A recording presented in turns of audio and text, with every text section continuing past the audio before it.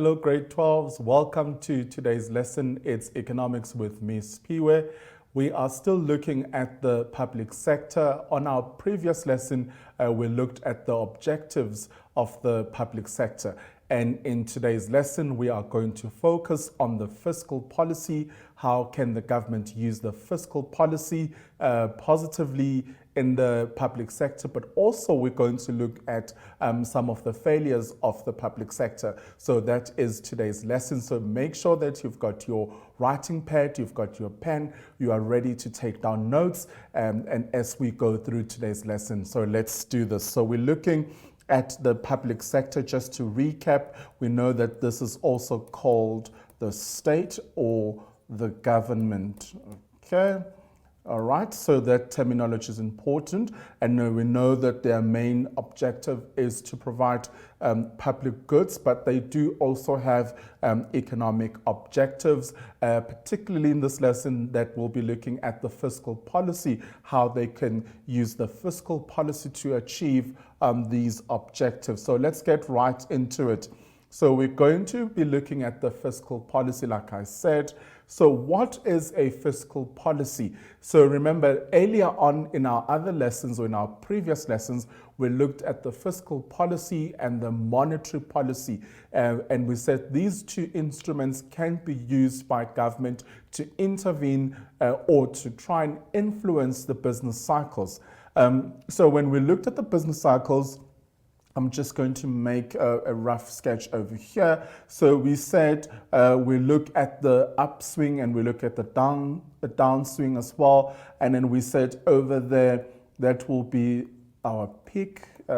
So that is the highest point in the upswing. And then as we go down over there, we will have our trough, which is the lowest point in the downswing. So we said that government can use the fiscal and the monetary policy to influence these upswings and downswings that we see when we look at business cycles. So the fluctuations that happen there, government can use monetary and fiscal policies in order to address that. So let's start off the lesson by defining what a fiscal policy is, because quite often we use terminology that we are unable to define. You know, people be carrying on talking about a fiscal policy, this and that, and then we actually ask the person to clearly define what a fiscal policy is, then they have some difficulty in doing so. So I don't want you at home to find yourself in a situation where you are struggling to define what a fiscal policy is. So let's have a look at the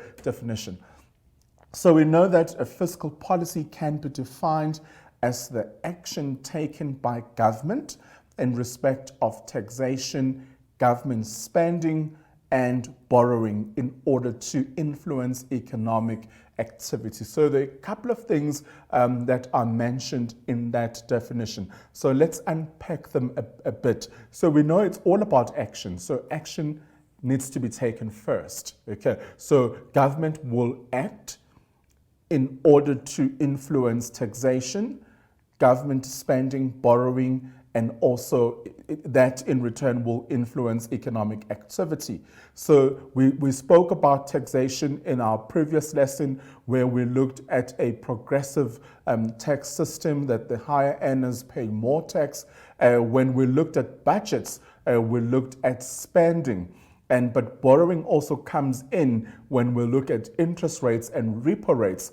All these things do have an influence, or government will make sure that they take action in taxation, spending, and borrowing in order to influence economic activity. So this is what fiscal policy is all about, because when we talk of taxation, how taxation could be used in order to influence economic activity. So like earlier on I said in our previous lesson that when the government decides to reduce the tax rate, so they want consumers to have more money in their pockets in order to encourage them to spend. So that is a strategy that they are using to increase economic activity. So we refer to that as fiscal policy. It is a very important concept in economics, and a good understanding of this concept will ensure that you do really well in your class test, in your portfolio pieces, and also in your exams. So what are the features of the fiscal policy? So by the end of this lesson, I want you to have a good understanding of what a fiscal policy is and what it is made up of. So we're going to start with the fact that it is goal bound. So central government determines economic and social goals during their budgetary process. The budget is used to realize these economic and social goals. So we know that in the world of business, we don't just wake up and say, good morning, I think I'm going to do this today. Well, there is some level of being spontaneous, but most of the work is planned. So through setting up economic and social goals. So in the fiscal policy, government has set out these goals during their budgetary process. So they've set out economic and social goals, and then they've also stated on how they are going to go about in achieving those goals. And then the next point, we have the demand biased. Fiscal policy is the main demand side policy. Okay, remember when we spoke of the demand side and the supply side policy? So when we are referring to the fiscal policy, we know that it is demand biased. Okay, so I wanted to go up there and link it up so that we can see the link. So fiscal policy, I'm going to pull that down. I want to come here. So we know that it is demand biased because we know that the fiscal policy is the main demand side policy. The government improves infrastructure to support fiscal policy. We said earlier on it's important for the government to improve the infrastructure because in them doing so, they actually create more economic activity because employment opportunities will be increased as a result of the development or the improvement that is happening in terms of infrastructure. And also, businesses are now encouraged to invest more because they can see that the government is doing their bit in terms of improving the infrastructure. So that point is very important when we are looking at the overall economic growth. And then the last feature that we're going to look at is the cyclical feature. It means that business cycles have an effect on fiscal policy decisions. During an upswing, like I showed you earlier on, profits increase, and as a result, government income also increases. Okay, so it's a good thing that we mentioned business cycles earlier on when we looked at this rough sketch or drawing that we have over here, where we looked at a peak and a trough. So during an upswing over here, it means that there are more profits.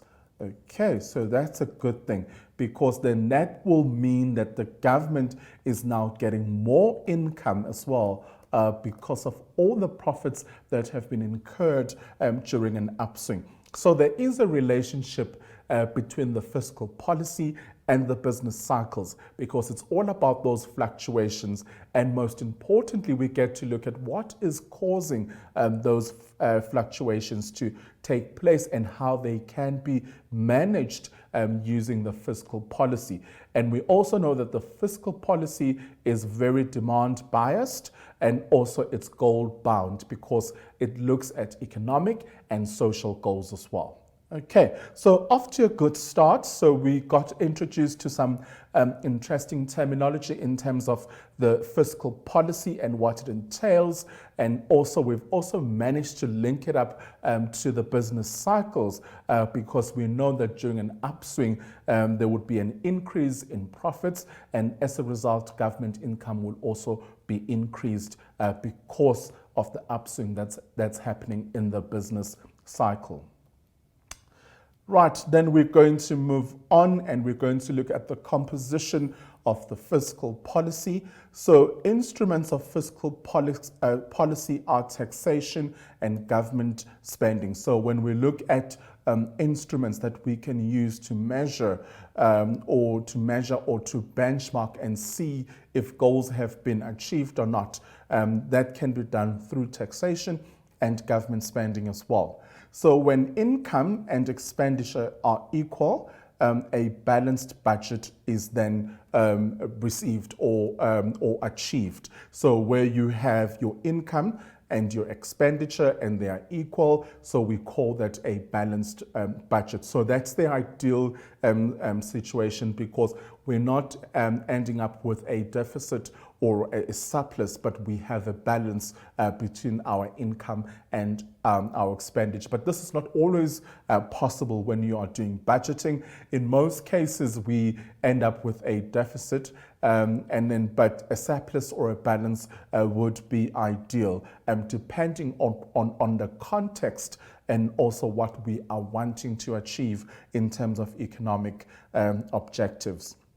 So when income is more than the expenditure, okay, so we call that a budget surplus, okay? So I just mentioned that earlier on. So if you have more income than your expenditure, and then you are then left with what we call a budget surplus. And when the expenditure is more than your income, then there will be a budget deficit. And on our previous lesson, we looked at the different types of budgets. We spoke about the main budget, which is the national budget, but we also spoke of the provincial budget and the medium terms budgets that are delivered by the Minister of Finance in Parliament. But it's important for us to know this terminology, that when we have more expenditure than income, then we're going to end up with a budget deficit. And then if we've got more income than the expenditure, and then we call that a budget surplus. And often when the Minister of Finance delivers the national budget, then there will be a question that will say, will we have a surplus or a deficit in the national budget? Okay, so we move on to expenditure. So government spending is classified in two main ways. So we're going to look at them just now. There we are. So we have the functional classification, and then we've got the economic classification as well. So remember, we are now looking at government spending. Okay, so with the functional classification, we're looking at social protection, economic, the interest groups, and other general things that could come or that would form part of government spending. And then with economic classifications, we're looking at current payments, transfers, subsidies that are issued out by government, and then also the payment of capital assets. So those are the things that we look at when we look at the classifications in government spending. So let's just go back to social. We spoke earlier on about social grants that are given to children and to people that are living with a disability.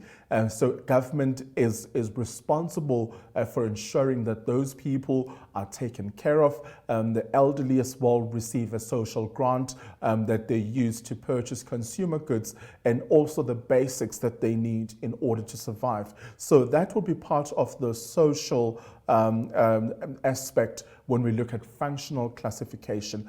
But there's also issues of protection, the policing that is required in our community, and the interest groups that we have that are concerned or are focused on particular issues. So those will form part of the functional classifications. And then in terms of economic classifications, we're looking at current payments, transfers, subsidies, and also the payments that need to be made on capital goods as well. Okay, so moving on to our next point. So government spends money to provide public goods and services. So we can say public and merit goods and services free of charge or at a subsidized price. So we know that for a basic item or product like bread, government will then offer a subsidy so that bread is accessible and affordable to the majority of South Africans. So government will then spend money in making sure that they provide public and merit goods and services free of charge or at a subsidized price where a government makes a contribution towards the costs of making that particular product. So that's another interesting thing to mention there. And then moving on, so I'm just going to scroll down, there we are. Okay, so here we are.